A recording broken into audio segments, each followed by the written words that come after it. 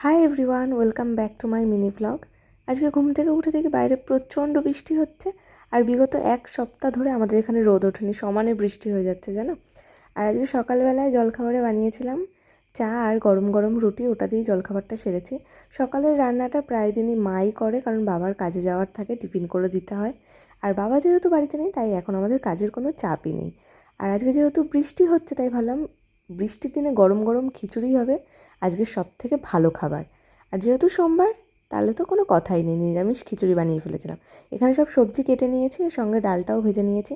আর আমি খিচুড়ি বানালে জানো, এই বাড়িতে সবাই খুব ভালো খায়। সবথেকে বেশি ভালো খায় হচ্ছে শাগনিক, কিন্তু ও তো বাড়িতে নেই। ও যখন বাড়িতে আসবে ওকে নিশ্চয়ই করে খাওয়াবো। আর খিচুড়ি করলে আরও একজনের কথা খুব মনে পড়ে, সে হচ্ছে আমার ঠাকুমা শাশুড়ি, যে 2 মাস আগে গত হয়েছে।